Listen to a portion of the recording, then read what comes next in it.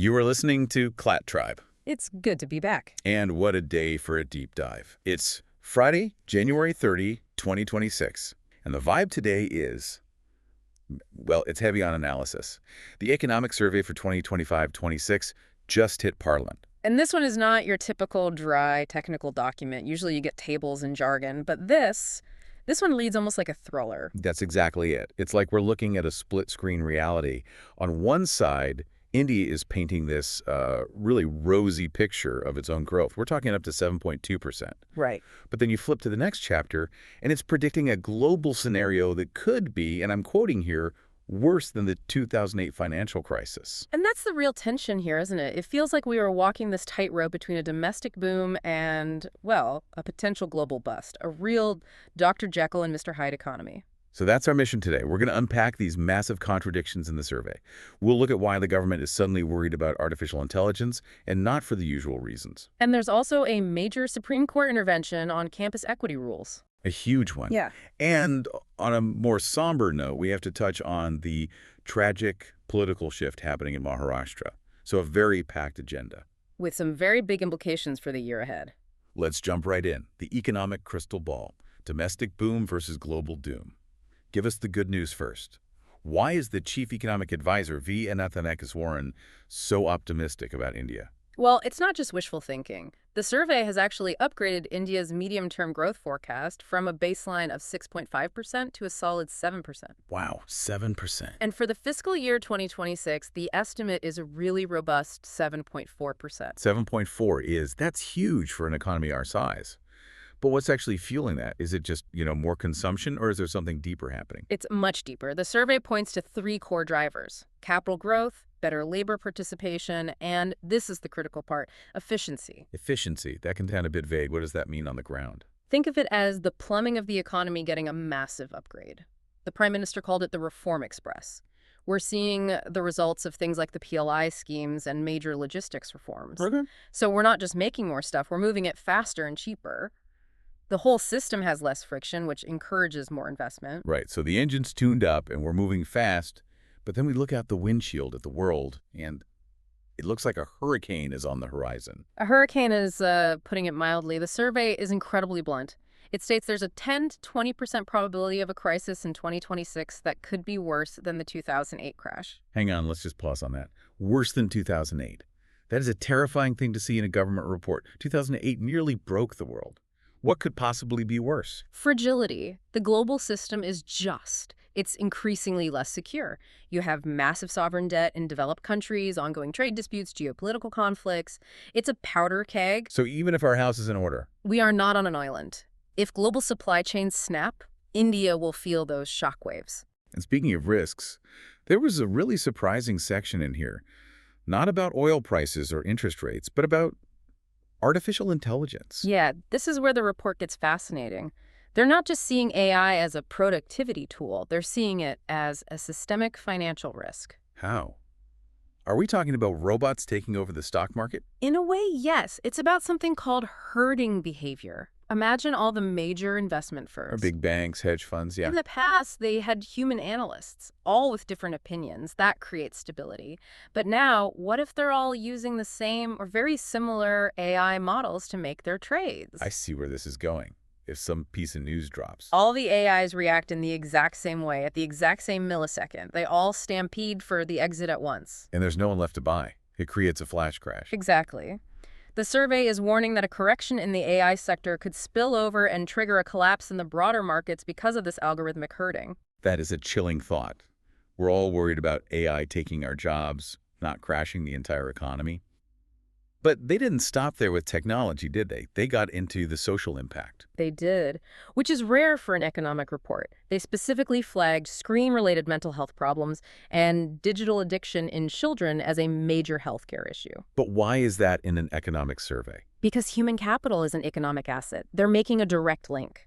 If your future workforce is struggling with addiction and attention deficits, your productivity plummets. You can't build a $5 trillion economy on a foundation of burnout. That's a sobering point. Okay, let's shift gears to policy. Because this survey wasn't just reporting numbers.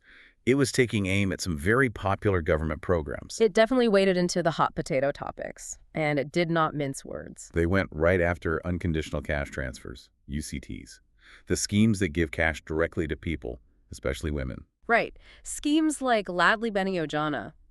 The survey waves a massive red flag. It points out that spending on these has jumped fivefold in just a few years. We're talking about 1.7 lakh crore rupees. That is an astronomical number. It is. And the argument isn't that people don't need help. It's about fiscal sustainability, the opportunity cost. Break that down. What's the trade-off? The survey says, yes, UCTs boost consumption in the short term. It's a sugar rush. But if you spend that 1.7 lakh crore on handouts, you can't spend it building a hospital or a new road. One creates long-term growth, the other doesn't. Exactly. The report is basically arguing we're sacrificing future strength for present-day popularity. A controversial take, for sure. And they didn't stop there. They also went after MGN Regie. I saw some headlines saying the survey backs scrapping it. Scrapping is the headline, yeah, but the actual language is a comprehensive legislative reset. What does that mean in plain English? It means the program was designed for the India of 2005. It stabilized rural incomes, no doubt, but the survey argues it has structural flaws. It can be inefficient, and it might be keeping people in low productivity work. So they want to rethink rural support from the ground up, not just keep patching the old system. Precisely. And on that rural economy note, this is where I had a real aha moment. The conflict between food and fuel. The ethanol dilemma, a classic case of unintended consequences. Right. So we're pushing for ethanol blending in petrol to cut our oil import bill. Sounds great. But the survey points out a huge side effect. To make that ethanol, you need a feedstock. In India, that's increasingly maize or corn. Farmers are rational, so they're switching their fields over to grow more maize. But land is finite. So if you grow more maize... You're growing less of something else. And that something else turns out to be pulses and oil seeds. Which are absolute staples of the Indian diet. Yeah. Dow. Exactly. The primary source of protein for most of the country. So the survey is flagging this brutal trade-off. We are pursuing energy security at the potential cost of our nutritional security. Cleaner fuel in our cars, but maybe more expensive dal on our plates? That really hits home. Okay, let's move from the economy to the courtroom. The Supreme Court made a huge decision that's going to spark a lot of debate. This is about the new UGC regulations from 2026 aimed at promoting equity in higher education. And the court has put a stay on them. Hit the pause button. Why? It all came down to a definition. The regulations defined caste-based discrimination as something that only happens to scheduled castes, scheduled tribes, and OBCs. So the argument was that the definition was too narrow. Exactly. Petitioners said, what about general category students? They can face harassment or ragging too. The Supreme Court called the rules too sweeping and warned they could, quote, divide society. I read the Chief Justice asked, how will people behave outside the campus if this is done inside? Yeah, it's a debate about inclusivity. The court isn't denying that marginalized groups face unique discrimination. It absolutely happens. But its stance seems to be that regulations need to cover all forms of discrimination to foster unity. And the reaction has been pretty intense. Very. Student bodies like the All India OBC Students Association are arguing these specific rules were vital because those groups face historical prejudices. They feel a generic rule just dilutes the protection they need. And then you had that strange political moment with Union Minister Jiraj Singh. A classic case of tweet and delete. He first called it a victory for Sanathan values, then quickly replaced it with a more neutral thank you to the PM. It just shows how sensitive this topic is. Speaking of politics, we do have to turn to the tragic news out of Maharashtra. Yes, the confirmation came through. The state's deputy CM, Ajit Pawar, died in that plane crash in Baramati. Just a shock. They've recovered the black box, so hopefully we'll get answers. But in politics, there's really no pause button, is there? None at all. The political machine moves instantly. We're already hearing that NCP leaders are demanding his wife, Sunetra Pawar, be made deputy CM. Yeah, that's immediate. It's about consolidating the party, trying to hold things together. But it shows how fragile these alliances are. With a key leader gone, the entire balance of power in Maharashtra is now in question. It's going to be a very turbulent time there. Yeah. And staying on politics, let's go south to Tamil Nadu. What's happening with the voter rolls there? This connects to a bigger concern about election integrity. The Supreme Court has ordered the Election Commission to publicly display the names of voters who were deleted from the rolls because of logical discrepancies. Logical discrepancies. That sounds like a very bureaucratic way of saying we're not quite sure why they were deleted. And that's the fear. The Congress Party has been alleging a systematic misuse of something called Form 7.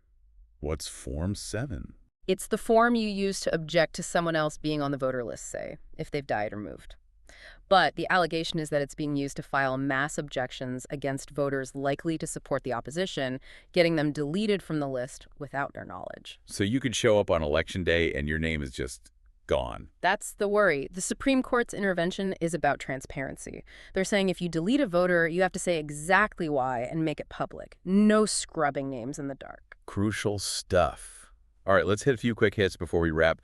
First, a sobering report from Uttarakhand. Yes, a fact-finding team is reporting what they call systemic targeting and economic boycotts of Muslims in the state, forcing people out of businesses.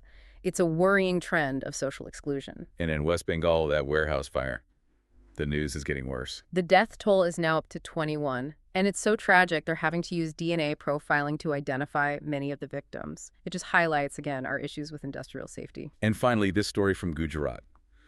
A man versus beast moment with a really complicated ending. It's a legal paradox. A 60-year-old farmer fought off a leopard with a sickle to save himself and his son. He actually killed the leopard. That is unbelievable courage. But here's the twist. He has now been booked under the Wildlife Protection Act for killing the animal. Wait, for self-defense? That sounds crazy. It's that gray area in the law. A leopard is a Schedule I animal, same protection as a tiger.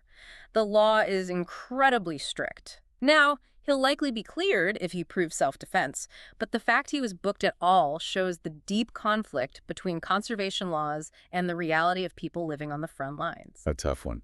Okay, so let's try to pull this all together.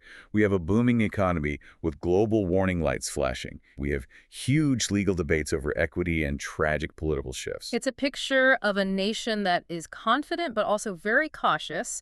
The survey is saying, we're doing the right things here at home, but we are sailing into a global hurricane. And all these domestic issues, the ethanol food trade-off, the screen addiction, they show that growth isn't just a number. It's about quality of life. It is. So here's a final thought for you to chew on. The economic survey says we need to stop unconditional cash transfers to be fiscally prudent. But in the same report, it calls our cities an unfinished promise and says our mental health is getting worse because of our digital lives. It raises a pretty fundamental question. If the economy grows at 7%, but our cities are failing us, our diet gets worse, and our mental health declines, are we actually developing? Or are we just getting richer while our lives get poorer? A heavy question for a Friday. Go looking for the answers. Indeed. Thank you for listening to CLAT Tribe.